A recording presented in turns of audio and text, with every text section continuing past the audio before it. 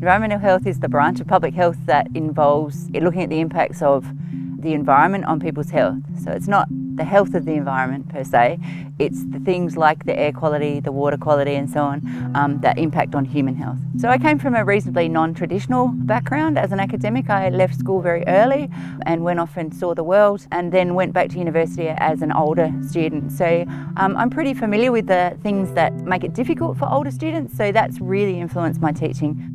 I think that everybody, so not just scientists but non-science students, should graduate with an understanding of science, because everybody needs to contribute to those big debates that we're having. Things like genetic modification, climate change, the pandemic, all those big global issues require information from the scientists, but it also requires that other people understand that information and are able to interpret it and therefore apply it properly.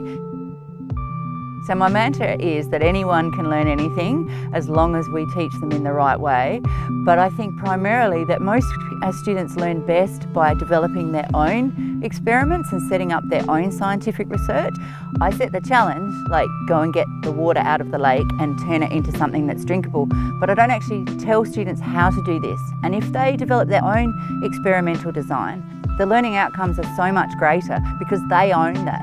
When I work on weekends, I come down here and then I bring a big backpack of oranges and all this sort of stuff, sit down there, have a few oranges and stuff, and then walk back. And I do that 2 or 3 times during the day because it makes me feel like I'm not working weekends.